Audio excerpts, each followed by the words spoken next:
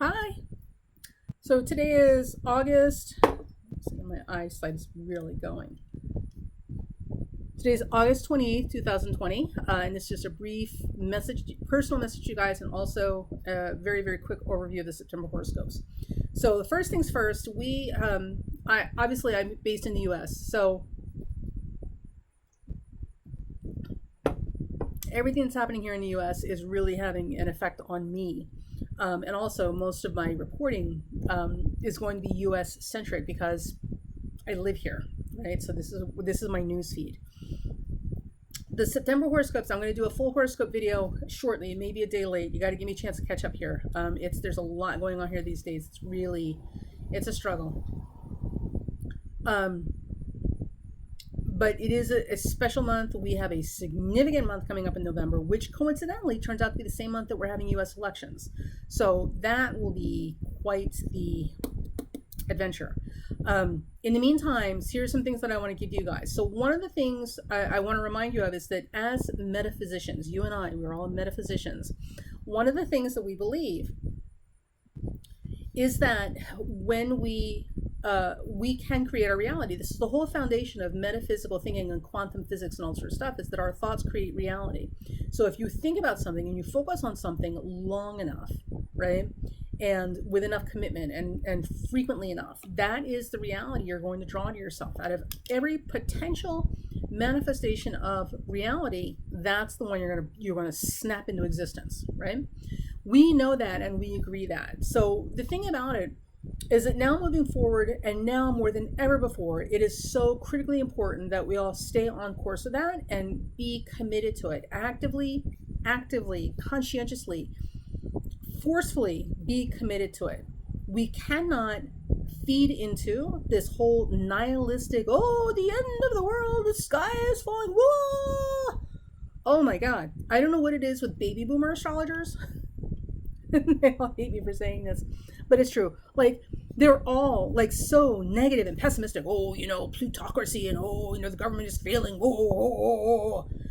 Buddy, listen, I think it's great that your life is so comfortable and so over that you have nothing left to look forward to. Nothing. That you can afford this like doomsday profiting scenario using astrology to support your theories that the world is coming to an end. But for the rest of us who are here and have plenty of mileage ahead of us, this is not something we need to hear about, and not anything that's giving us any inspiration to keep moving forward another day, right? And listen, in order for us to get through this, we're gonna have to fight the good fight, and it's not gonna happen if we're all convinced that the world is coming to an end and it's all pointless.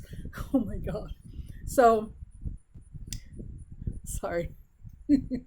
I swear to God, if I ever needed a reason or motivation to throw myself headfirst off a bridge to my death, all I'd have to do is listen to some of these baby boomer astrologers talking about politics, and world events as we move forward, because they are the most depressing bunch of people I've ever listened to in my life.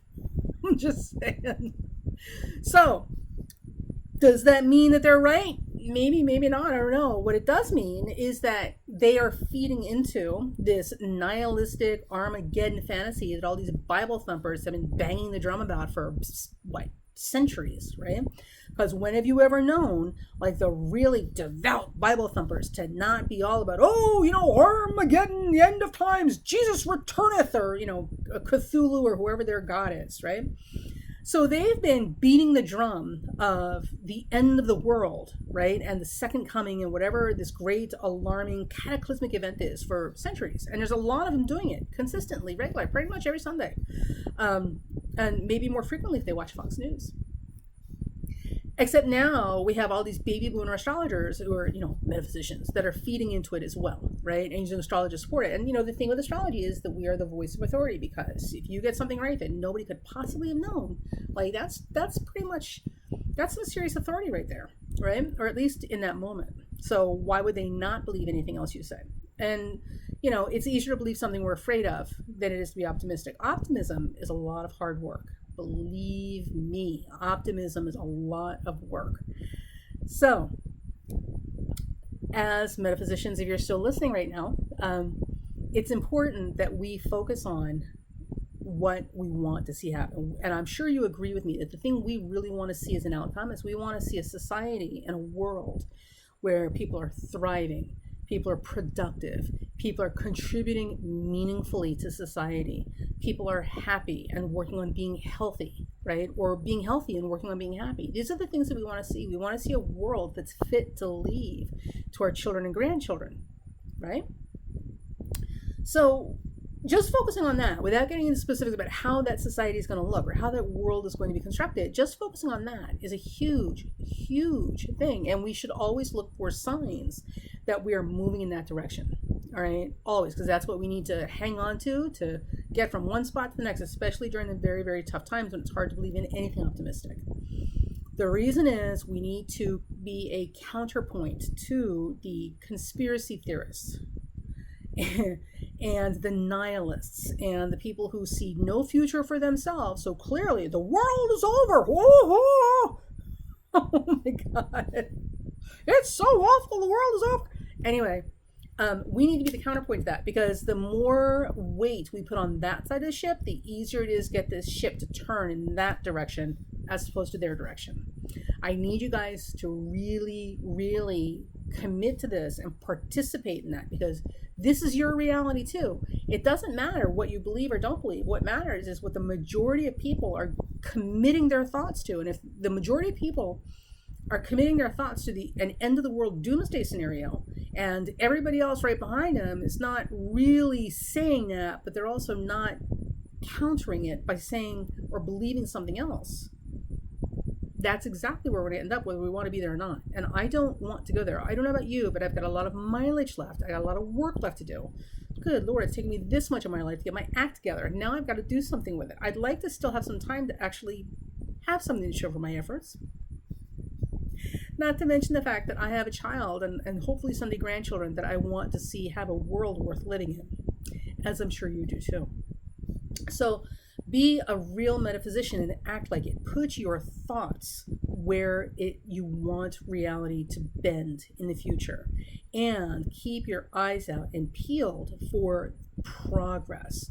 Remember, progress is not clean and neat and simple. Progress is often messy and chaotic and sometimes alarming, and sometimes it looks like we're going in the wrong direction, but you have to keep your eye out for those little glimmers along the way that point to that's the direction we're going, and it's a good direction. So you gotta hang in there with me with it, and I need you all to participate. And the reason I say this on YouTube is because there's this thing about YouTube, and I don't know what this is about, but in YouTube there's this phenomenon where we have a lot of people who study astrology that are conspiracy theorists, which is not that hard to believe. I mean, that's pretty easy to understand, right? Because it's all fantasy woo la la land for people. The other is, the more surprising thing is, we have a lot of people who are Trump supporters and MAGA believers who study astrology. I don't understand how that metaphysics work, because Trump supporting and MAGA believing is so regressive, and astrology and metaphysics is so progressive and future oriented. They're trying to go backwards with something that takes us forward. And has a more open-minded, liberal, humanitarian perspective on things. But I don't know. Maybe, and I suspect a lot of this has to do with the fact that, watching a video is a lot less laborious than reading a book. So their form of education is video, because why would I read a book when I can watch a video? Anyway, so there's a lot of that. So you're going to find a lot of astrologers, professional and amateur, and just doing it because they want to be on YouTube, that feed into this, right? Feed into the conspiracy theory and the misogyny and the Trump supporting, the MAGA believing, and all the. I can think of one in particular who, when she writes her blog posts, she's a fairly good writer. She's actually very interesting to read because she's able to edit out her personal opinions. But now that she's on video, I've listened to her, and she's, dear God, she's crazy. And listen, I don't mean to insult crazy people. I know there are a lot of people who have some mental health issues, and I get that, right? I mean, she's like wackadoodle, like literally listening to cuckoo clocks going off in her head. She hates women. She hates feminists. She's a Trump supporter. She's a conspiracy theorist. She's a hyper conservative arch, whatever. Like, wow, sister, how much do you hate your mother, right? But because she's very good at her astrology, she's taken very seriously, in some respects. And for people who don't pay attention to politics, don't watch the news, they, take her at face value. Well, of course, sort of thing. So when you listen to the stuff and you listen to people talk about the world, not astrology specifically, remember, ask yourself always, like, what are they asking me to create as a reality from this, right? So if everything they're giving you is basically the equivalent of doomsday forecasts and, doomsday prophecies, and, oh, those people are evil, and they use a lot of labels, right? Oh, those damn, liberal lefties, those damn Republicans, like, and use that as an identity for people. Like, that's pretty much who you don't want to be listening to. So, I mean, in fairness, I'm not a huge fan of the GOP party, but I know the GOP party has been hijacked by the evangelicals or the evangelical groups for at least the last 3 elections. So I don't label people as Republicans. I specifically speak about the GOP party, which is very different from calling people, those damn liberal lefties, those communists and socialists and yada, yada, yada. And fun fact, this is the difference between people who actually read books as opposed to people who watch Fox News and videos. People who use the word socialism like it's a bad thing clearly don't, especially living here in the United States, obviously don't understand that socialism is what brings you, folks, unemployment benefits, Medicaid, Social Security, disability, all those things that protect you in life if something happens to you are a direct byproduct of socialism. And you can thank one of your presidents for implementing that. I'll let you do your research and find out. So socialism is not a bad thing. And in its practice, it has proven to be very effective and protective of many of the people that you probably personally know and care about. If you have old people in your life that are on Social Security, socialism in action is what is protecting them, especially if they didn't, get old and retire independently wealthy. If you have someone in your life that is disabled, right, or know somebody that you like that is disabled, that is able to live, and not beg with a tin cup on the freaking streets, living under, door awnings or whatever, you can thank socialism. All of these things were brought to you by a president just after the Great Depression, and these are absolutely socialism policies in action. So socialism is not a bad thing. So people who use the word socialism, socialism, communists, these are not the same thing.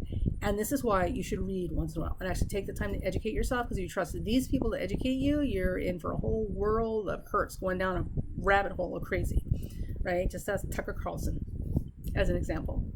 All right, so with that said, September is going to be it's going to be a special month, very special month, and we've got some serious stuff happening, and it's a call to action this month. It is a call to action. And the reason the horoscope is going to be late, and this is literally, I'm going to do the whole horoscope, so bear with me. I need to say this, and I need somebody to hear this from me, okay? The reason it's going to be late is there are a lot of things that are happening that are really like wailing me. This is really getting to me. So in case it's not obvious, I'm not white. I'm also not black. So when it comes to social supports and things that hold your mental health together, I don't have a lot of resources. I'm not surrounded by a lot of people who look like me. They're having the same experience as I am. It's a whole little island of me that I'm dealing with. So oftentimes I have to draw from myself to try and get my head together after things happen that totally set me back on my heels. An example, along with this insanity with the post office, because my aunt receives her medication by mail. This Louis DeJoy screwing with the post office, taking mail sorting machines out, cutting off overtime, and removing mailboxes from public streets. All of this specifically, for all intents and appearances, to affect the ability for people to successfully and effectively do mail-in ballot voting. This affects my aunt, who's 75 and diabetic, okay, and receives insulin by mail. This is not okay. So there's that. And then apparently last night in, I believe it was Wisconsin, police showed up for a domestic violence call. The man came out of the house. He was having, the police and the man going back and forth, and the police told him to stop, stand there, because they're going to handcuff him, obviously, and take him out of there. So the man just ignored them for whatever reason and went around his car to the driver's side, opened the door, and bent over the front seat to reach for something. And then the police officer proceeded to shoot him in the back 7 times. Not once, not twice, and not because the man did anything. He was bent over in his front seat, but 7 times. 7 bullets unloaded in this man's back as he was bent over his front seat. Now, the police officer has now defended himself, saying that he thought the man was reaching for a knife. So this man unloaded 7 bullets into a man's back, reaching, literally bent over his front seat, reaching for something because he thought the man was reaching for a knife, and therefore that warranted self-defense. All 7 bullets of self-defense, as he was bent over. Now, incidentally, in this particular instance, the cop was a young white man. I shouldn't say it, but no surprise, right? And the guy bending over the front seat, getting the imaginary knife, he was black. And, no surprise there either, and I shouldn't have to say that either. So as a result of that,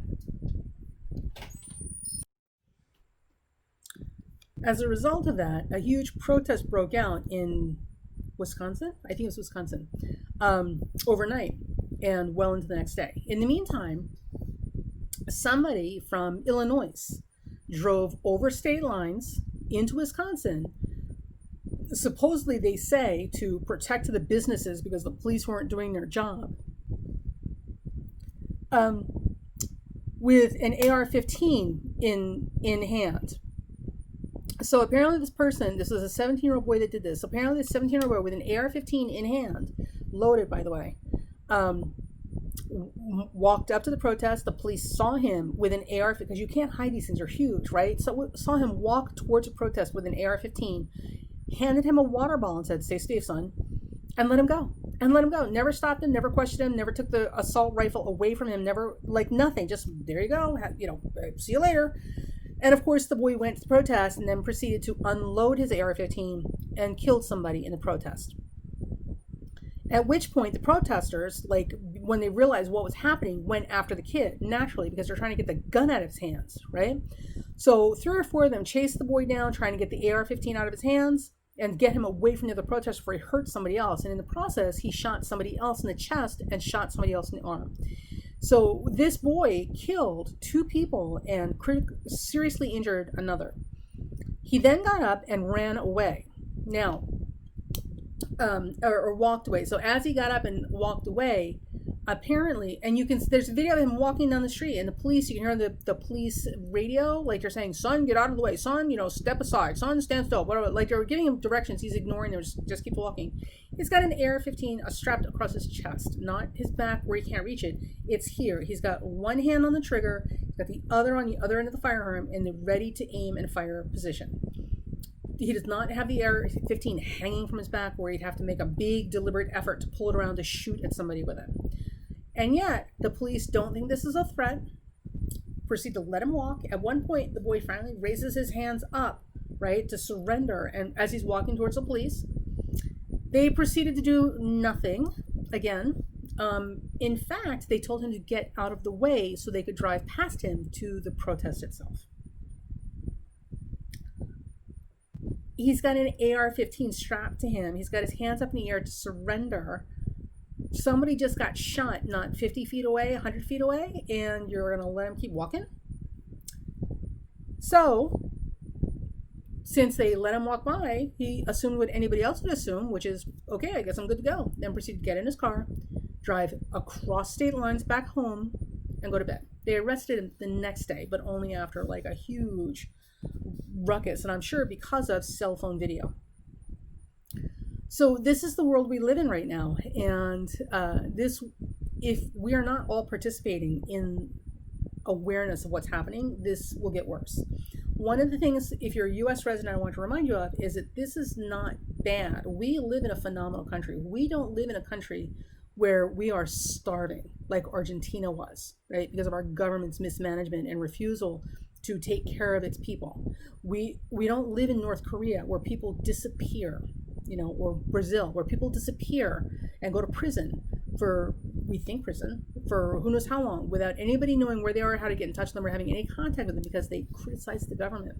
We are not in Russia where the police are so corrupt. It's a given to look to the natives and to tourists, right? You can find this on the internet, that if you have problems, the police are the last people you need to go to. They're more corrupt than the damn mob. You're actually safer with a Russian mob than you are with the Russian police. All right? We're not in Mexico, where it's similar to Russia, where the police, as part of the government, is so corrupt. They're more the criminals are more safe than the law enforcement. We don't live in that country yet, but we could. We could if we continue to not pay attention and pretend that politics don't matter and nothing is ever going to change and they're all the same thing. And I don't watch the news, and I don't listen to politics. Listen, if you're saying you don't watch the news and you don't pay attention to politics, you don't believe in any of that, chances are it's because you're overwhelmed. And I know, because I'm not a dummy, and even I'm overwhelmed. And a lot of what I do, I have to listen to through various news sources, and I listen to late night comedians give me like the briefs on it in palatable ways, because sometimes this stuff is just so hard to stomach. And I listen to the progressive talk shows and the late night talk shows, the ones that are not owned by major corporate owners, right? And there's only, by the way, in case you didn't know, all of these news networks, almost all of them, are owned by 3 or 4 people. That's it. They control everything, right? So a lot of what you get are in our country, what you don't get, is at the whim and direction of 3 or 4 people. So, and depending on what their personal political interests are, and that would be the politician that feeds them, or who they're feeding to get their favors from, could have a huge impact on what we can see. Luckily, thanks to things like Twitter, and cell phone cameras, we're able to get more accurate lifetime information from people who are there, physically there, and from multiple sources to corroborate each other. So that helps a lot. And it is overwhelming, and even I'm overwhelmed, but it makes a huge difference. Huge difference. You have to know what's going on, because this doesn't belong to us. We're leaving this behind for our kids. And if you don't care about what you leave behind for your children and your grandchildren, well, that's a whole other set of problems, isn't it? Okay. All right. So now, with all that said, let's get the important parts, the astrology. So your September horoscopes in brief. We've got some big stuff happening. And for the most part, the good news, there is good news in here. The first half of September is going to be mostly manageable. We're all going to be feeling okay. And we will be productive. So whatever we put our efforts and intentions towards, we're going to be able to make happen with very little issue, right? So thank God for that. Now, but there's always a fly in the ointment, right? There's always that but. Around the middle of the month, maybe even actually not even the middle of the month, more like around the 10th, Mars will station retrograde. So the thing about Mars, like I'm sure you've all heard on the other channels, because everybody's talking about it, Mars has been and will be in Aries for a long damn time, like 6 months worth. And we got all those planets in Capricorn, which Mars is bumping up against. So it's just, oh my God, like foot on the gas and foot on the brake, right? So if you've ever watched Cars, right, driving, and how they do those fancy tricks where they spin out, right? So they do something in the driver's seat to make the car go fast and not fast at the same time. So the wheel spins, and there's all this smoke that comes out of the tires. Really impressive to watch, right? So they're spinning their wheels. This is what we have. This is what we've been having since Mars entered Aries and got close to those Capricorn planets. And now, with Mars making its station all very close to those Capricorn planets, we're definitely going to see a whole lot of big dramatic wheel spinning. So imagine that visual, right? That wheel turning really fast, and yet the car's not really going anywhere, and all this smoke and noise and dramatic presentation. That's September. That is September. Now, at the same time, Jupiter and Saturn will both be going direct, so thank God. So somebody will definitely be letting off the brakes a little bit, and it will be a huge, whole lot of woo going on. So before I get into the whole horoscope, which I'm going to do in a separate video, remember this, right? That's a whole lot of energy being compressed in a very, very small window of time. A month, in the grand scheme of things, is a blink of an eye when you compare it to eternity, right? What is a day in the life of a mountain, right? It's nothing. It's like a nanosecond to a tree. So a month is a very small compressed amount of time when we're talking about major evolutionary change, and also when we're talking about progress and change in your personal life. So focus your thoughts especially this month, all month long. But write it down on your calendars for you. Put it on your cell phone. Make daily reminders to focus your thoughts on the outcome, the positive outcome in a big meta, overarching sense that you want to see us navigating towards, right? Make that your focus this month. Because if you do that, all the little things in your personal life are going to fall into place.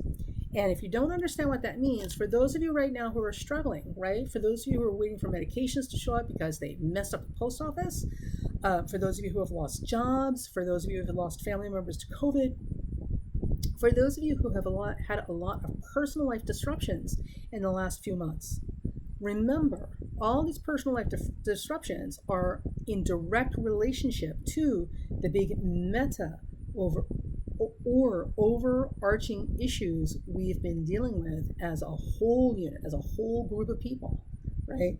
So the big overarching group of stuff absolutely has an impact on you as an individual, all right?